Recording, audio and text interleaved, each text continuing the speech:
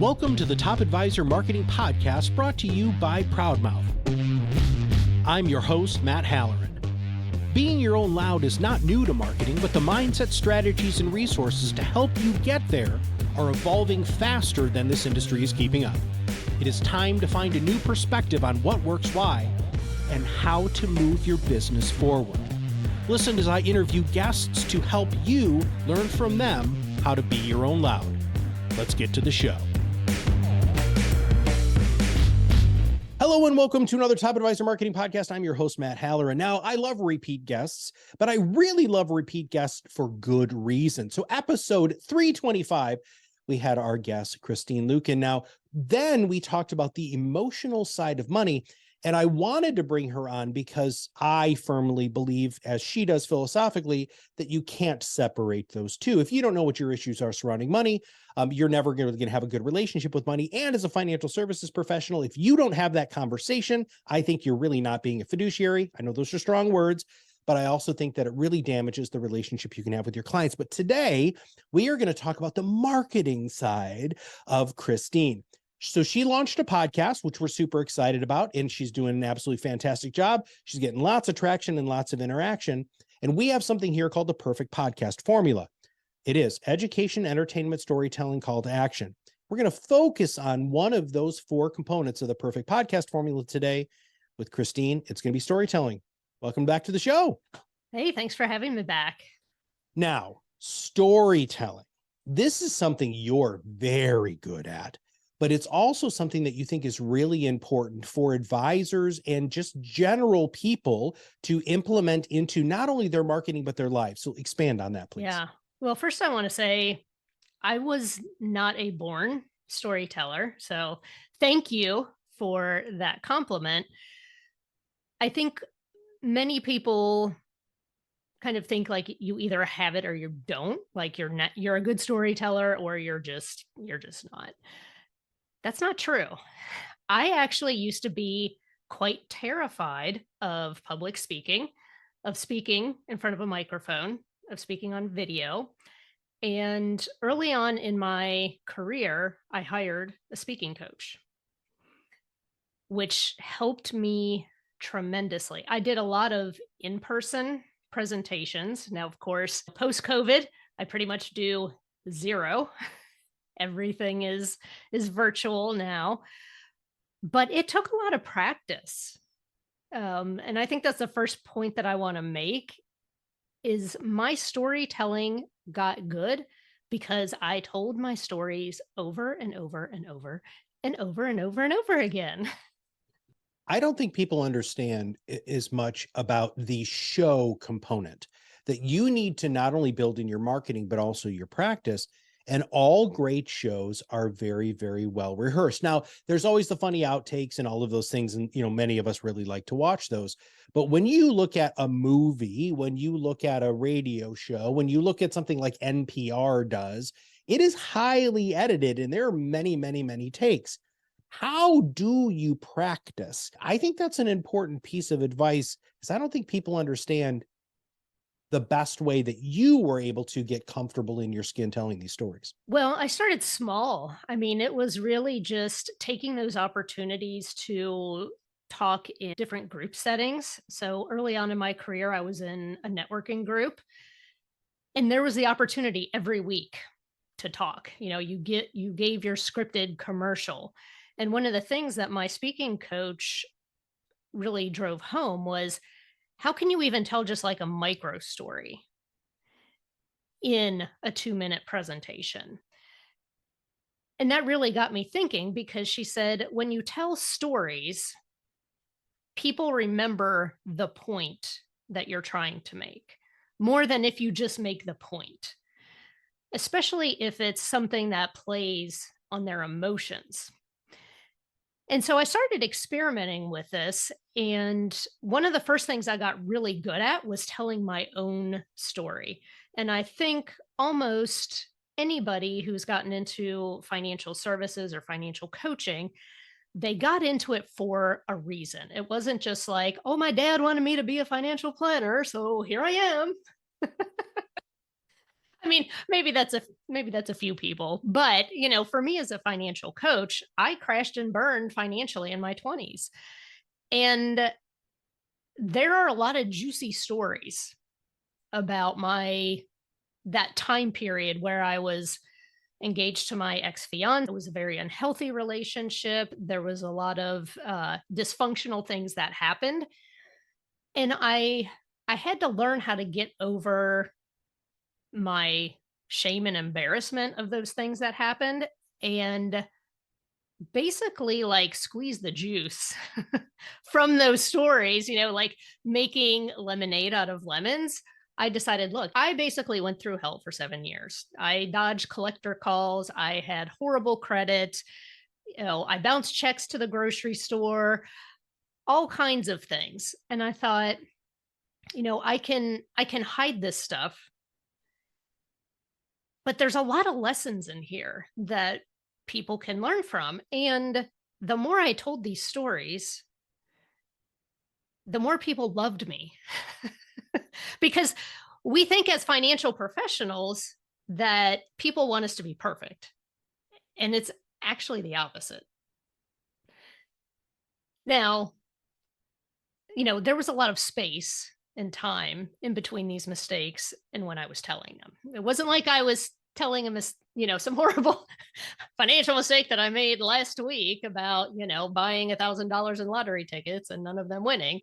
There was space in between there too. So, but it was interesting because I thought people would get really bored with my stories. And it's actually the opposite. Like people would sit on the edge of their seats and they're like, even though they knew what was going to happen, they still wanted to hear the story again, which I thought was very interesting. Well, and I absolutely agree. And I think it's really funny. I talk about how repetition is the key to actually becoming more influential. People want to hear that. So upstairs right now in my home, my wife is watching one of three things: The Office, Ted Lasso, or Parks and Recreation. She knows every word to every single solitary episode because we as a family have watched them repeatedly. I don't think people understand how comfortable that is. In fact, when I was on the speaking circuit, I had, let's see, three stories that were my signature stories, which we're going to talk about in just a minute. So I'm going to personalize this very minute or very quickly. So one of them was about when I was a subcontractor in college. One of them was about the power of listening. And then the other one was fake shooting my captain during a drill when I was in the Navy. And those three stories were my signature stories. And I told them all the time. And I have two or three other that are like micro stories that I would use as needed. Like one is teaching my kids how to ride a bike. Anyway, but the signature story is something that is really powerful and really engaging. And you get to do what you talked about before, which is practice, practice, practice. What are signature stories? How do you figure out what the signature stories are? And maybe tell us a little bit about some of your signature stories. I think the origin story is, super important. Like, why are you passionate about this work? Why is it so important to you? Most of the times, there is some sort of dramatic story behind that. Maybe a financial planner, his father died early when he was younger, and his mom was floundering, and he saw her meeting with financial professionals and talking down to her, or taking advantage of her ignorance on certain things and selling her things she didn't need. And then that created that protectiveness and that, like, I don't want anybody else to ever have to go through that again. And that's really the passion that drives it. And with that signature story, because you have lived it, you can tell it with emotion, and it's not fake, right? Like when I tell you my story of how I crashed and burned financially, it's like you feel it. Like you feel the drama. I make you laugh. I put you on the verge of tears. I mean, I've had people say, the I can't remember if it was the first or the second episode. I think it was the first episode of Money is Emotional, where there were several people that were like, I was crying when you told your story. And it was like, well, I was almost crying when I was telling my story because I could feel all of those feelings coming up again. And we can't be afraid of that emotion because it's so powerful. And unfortunately, I think we've tried to like separate like this is numbers, this is logical, this is emotional. We don't want to commingle those two things, but the opposite is actually true. And some of the other stories that I tell are based off of certain things that I'm teaching financially. So I have certain stories, either from myself or of clients, where, if I'm talking about saving money or if I'm talking about a divorce situation, etc., it's almost like I have a signature story for certain financial dilemmas or financial situations. Okay, two things. Ernest Hemingway said, "If I'm not crying when I'm writing it, they're not crying when they're reading it." So every time you tell a story, if there is emotion involved with that story, it is vital for you to feel that because your audience will feel that too. So there's number one. And number two, you said something that I don't think a lot of financial advisors get. There is a great balance between you telling personal information about yourself and telling emotionally infused client stories. Now, let's talk about the client stories here because I love this more than anything. Because if you tell a client story, and you've had great success with this, you tell a client story, they see themselves in the story, then they're already thinking that you're going to be a client of theirs. Kerblunky, kerblunky. Talk about that. Right. Well, I think some financial professionals shy away from telling these stories because of confidentiality concerns. So here's what I want to tell you about that. We can change details so that we're not breaking confidentiality. Now, there are times where I will have a conversation with a client and I will say, "Look, this thing that you went through and this breakthrough that you had, people can learn from this and we can help people with this. I would love to tell your story. If you don't want me to use your name, I can change your name. I can change some details. Sometimes I'll even, if it's a story about a woman, I might change it so that it's a story about a man and vice versa." And I even told a story in my book, Money is Emotional, about myself, but the I changed it so I was the man in the story. And the other person, so basically this has been quite a few years ago. I had to fire a financial planner who was actually a friend. And so I wanted to tell the story, but it was still pretty fresh. And I knew that that person might be reading this book at some point. And so I changed it from my name and her name, and I switched it around, and it was the story of these two men. And the details were changed a little bit, but the kernel of the lesson and the kernel of the story remained true, which was essentially I had took this person's word for it because they were a friend, and I didn't really do my research on the back end to make sure that I was really getting what I was paying for. Flexibility within stories is something I think people are so concerned, one, about the fact that they're going to share too much information, or they're going to tell a story that is not 100% true. And I want to address my take on that, and then I want you to pull that apart a little bit more with the examples you just used there. Dr. Robert Cialdini came out with this thing called the 7 Principles of Influence, and one of the most important principles of influence is community and unity, right? So when you see yourself in a story, and if you can take a story and adapt it to the community that you're trying to attract, even if its origin isn't in that community, I personally don't have a problem with that as long as you're not holding this out to be entirely 100% true. And you can even start stories, and I think I've actually heard you do this, to say, hey, I'd like to tell you a story about this.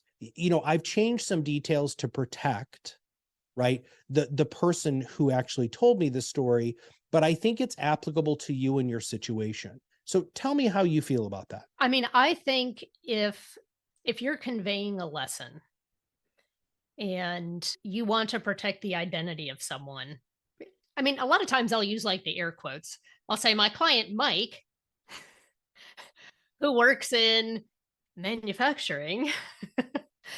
And then I will tell the story. And it could actually be a story about Michelle, who's an interior designer. I've just changed enough of the details to protect the person, but to preserve the truth of the lesson that needs to be learned.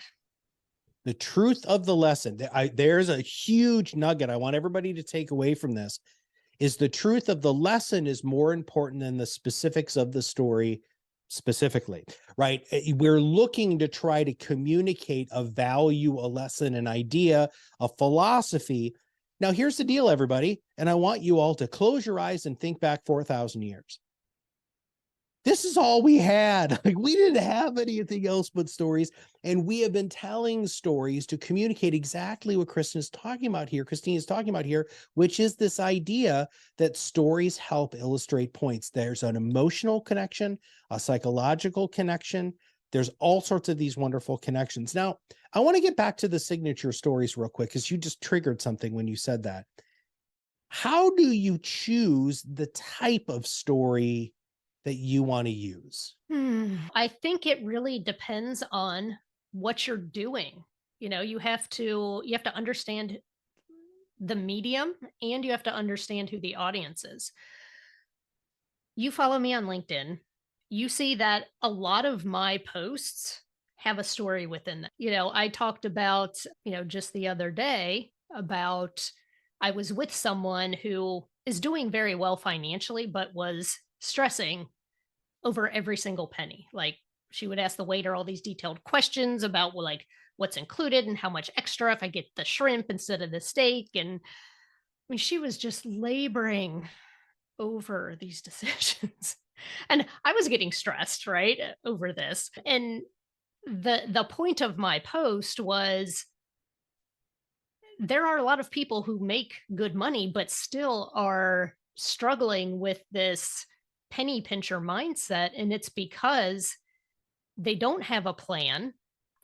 And within that plan really needs to be what I call the fun money, so that you can spend it guilt free, so that, like, hey, I can spend $500 a month and I don't have to account for any of it. And it can be for whatever I want to. And then that way you're like, yes, I want the shrimp on this instead of the chicken. And I don't give a crap if it's $4 more. I don't want, there was a nuance to what you said there, and I don't want the audience to miss this. You just said, when I post on LinkedIn, I usually include a story. I don't know if people truly understand how flexible good storytelling can be regardless of the media. How do you successfully communicate a story through a social media post that doesn't have your voice or doesn't have your video? I hate to say this, but I am a really good writer, and I always have been. And so that certainly helps. I've also used a copywriting coach to help me. A lot of people have said, oh, you're an excellent writer, etc. But I hired a copywriting coach in between writing my second and my third books. And what I loved about this copywriting coach was his use of humor. And people have told me that I'm funny, which is interesting because I'd never thought of myself as funny. I always thought of, like, my brother as being the funny one. But after enough people tell you that you're funny, you're like, okay, I guess I have to believe this. And so I really wanted to start using humor and using my natural wit and sarcasm in my writing. And it's been very effective. And so I often think that people think they have to have this big dramatic story all the time. It doesn't have to be that way. Yes, if I am on a podcast for the first time and they say, tell us how you got into this, I do. I tell the dramatic origin story, and I tailor it based on how much time I know I have. But we can use these little things that happen in life around finances to make a point, to teach people something, to show our audience what's valuable to us and what we value, because that helps attract like-minded people into our world. You also said something very, very early on that I want to highlight now, which is this idea that you don't have to be perfect. So there's a movement within financial services, and you are part of this movement, to convince people who provide services to the general public that it is better to be your authentic self. Be who you are. Stop playing all of these stupid airs that have been so pervasive within our industry, with the houses and the cars and the blah, blah, blahs and the $80 million suits and whatever.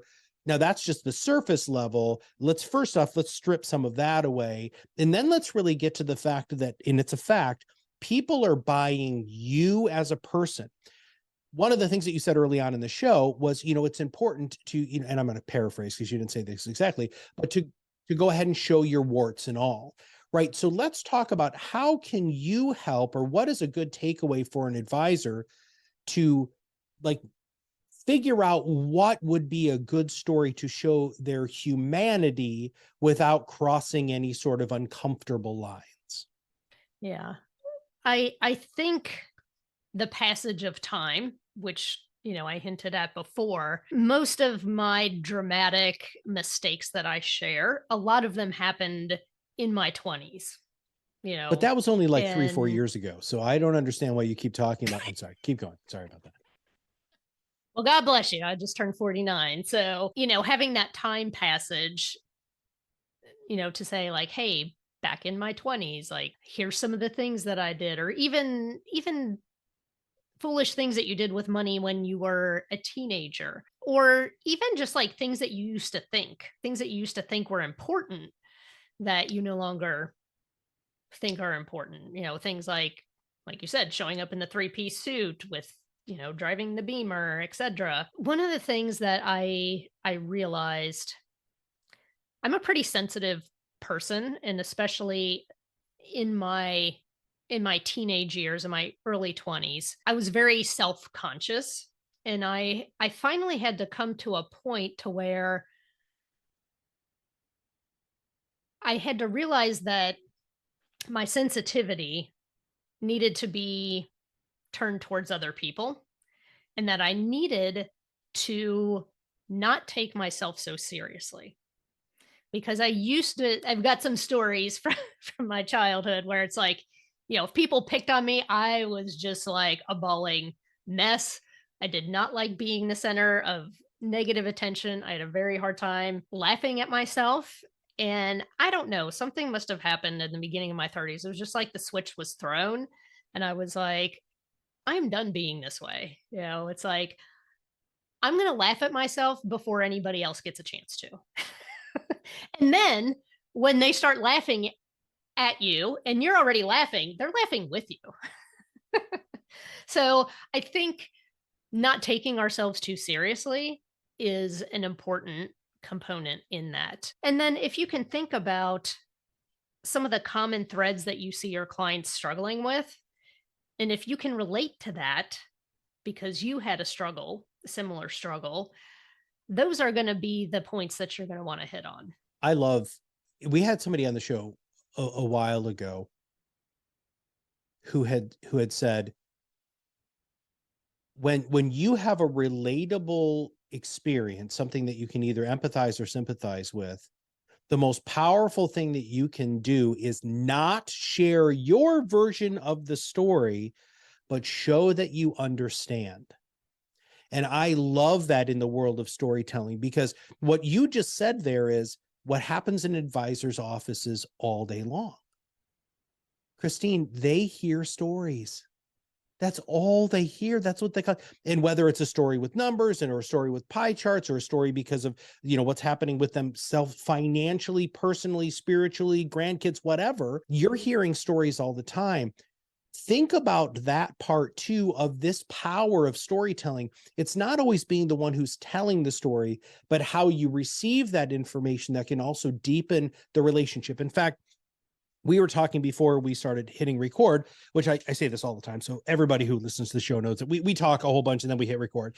And I do that for a couple of reasons. One, because I want to make sure you're warmed up. It's very, very selfish to have a good show. I'm also kind of testing a couple of different things, mic volume and things like that. But, it also, there's always something that I'm going to end up using in the show. And when you post socially, I was telling everybody that my team uses you as a case study as a client because of how you interact with social media, because a lot of our clients don't do that. You show that you're listening by very clearly, and not being wildly verbose, but very clearly responding to people's comments that show that you're listening. Storytelling isn't just telling the story, the power of storytelling. The power of storytelling is also receiving the stories. Talk about that a little bit, if you don't mind. Yeah. No, it's 100% true. And as a financial coach, I hear the same types of stories that advisors are hearing. And I like to say that there's a story behind every number on people's budgets in their net worth sheet. And many times when I'm looking at something and as a financial coach, I spot a number that seems odd for a certain category. And I'll just say, tell me about this loan here. And then I will shut up. And you would be amazed at what you learn when you are quiet. And the information that you learn when you are quiet helps you to help your clients because you start to discover the emotional motivation behind the numbers that all of a sudden you realize, oh, wait a minute, there's this other X factor that was not clear on paper, or oh my gosh, I didn't even realize that this was important to this person or this couple. So it's yeah, the listening is just important as the storytelling. Somebody had, it was my grandmother, who said, Matt, God gave you 2 ears and one mouth, so you listen twice as much as you talk. And I know she stole it from somebody. She didn't come up with that. And it might not have been my grandmother. It might have been like 900 people in my life who were trying to tell me to shut up because I talk too much. I have found that, in fact, I'm going to be writing something here in the near future. And the major focus is going to be the power of being a great interviewer is actually shutting up. And it's that space, that quiet, that ability that you're holding space so that when you're interviewing somebody, that they realize it's okay to talk and that this is a safe space. That is done with true intention. And there is tips, tricks, and techniques behind that. Advisors do that. You as a financial coach do that. It's so important to show people that you're listening. And if you're just sitting here, and I learned this when I was a therapist, I wrote very little. Because if I'm sitting in front of my patient, my client, and all I'm doing is feverishly writing, they don't think that I'm paying attention. They think that and trust me, lots of stuff gets unpacked when, people don't think you're listening as a therapist. And so, we need to do the same sort of stuff with our clients. All right. We could talk about this all freaking day long. And I think, honestly, this should probably be a 10-part mini series talking about storytelling. But the great thing is people can subscribe to your show. They can listen to how you're talking about all of this stuff. Anyway, they need to follow you on social media. What else should our listeners do to interact and to glean more of your wisdom? Well, I think you covered it. The only other thing I would say is check out my website, ChristineLuken.com, because that's one of the things I also build into the vast majority of the pages on my website is interspersing those stories so that people can see themselves in those stories. And don't get tired of telling the same stories and perfecting the stories. Pay attention to what people react to. Practice on your family, practice on your kids, practice on your pets. That's how I got started. I remember the first public presentation that I did. I actually bought a fake microphone and I gave my presentation to my cats like 10 times before I actually did it, just to work out the kinks of the stories, so that it would flow naturally. And now when I tell my stories, especially my origin story, I have the timing and the pace and the inflection of my voice, etc., pretty much perfected. And there's certain things and phrases that I say that people always laugh at. And I keep thinking, someday they're not going to laugh at this, but they always do. They always laugh. I forgot to ask you my favorite question, which is, what did I miss? What question should I have asked you about this that I didn't? So here's one thing that I actually learned from my mentor. Practice telling other stories. If you're uncomfortable with storytelling, she actually said, like, practice telling fables to your kids. Get some of the, classic fables and practice telling them to your kids using the different voices and bringing the emotions and the energy to those stories, because she said if you can entertain kids, then you can entertain adults. I was like, this is brilliant, Melanie, thank you. We used to do that with mission statements and value propositions and taglines for businesses. If you can, we called it the 13-year-old test. So if you can bring that to a 13-year-old and they're like, oh, I actually understand what you're saying. Check that box, because you can move on from there. And if they look at you like that's lame, it might be lame, but did you understand it? There's always a follow-up question. All right, Christine, it's an absolute pleasure. Thank you for coming back on the show. You were, if you guys haven't listened to, episode, whatever that was, 325, go back and listen to episode 325. It was an absolutely fantastic show, which really laid the foundation for Christine's area of expertise, which is this whole idea that money is emotional. Check out her podcast, follow her on social, and go to her website. And of course, we will have all of those links in the show notes. So thanks for being on the show today. Hey, thanks for having me. All right, everybody, here's the thing. If you want to know more about how to tell your story, if you want to know more about what you can do to accelerate your influence, just take a few minutes and join our PodRocket Academy for free. Free. It's a great opportunity for you to start building the foundation to actually start building the momentum that you need to compete in the expertise economy. Here's the deal. You are an expert. You compete in the expertise economy. Influence is the only marketing left. And if you don't know where you stand with influence, you need to find out, because then when you figure out where you are, then you can figure out your gaps and you can figure out what you need to fill so that you can become truly the influential person you need to be. So for Christine and all of us here at ProudMouth, this is Matt Halloran, and we'll see you on the other side of the mic very soon. Thanks for listening to the Top Advisor Marketing Podcast, brought to you by ProudMouth. If you want to know more about how you can be your own loud, visit us at proudmouth.com and sign up for the PodRocket Academy.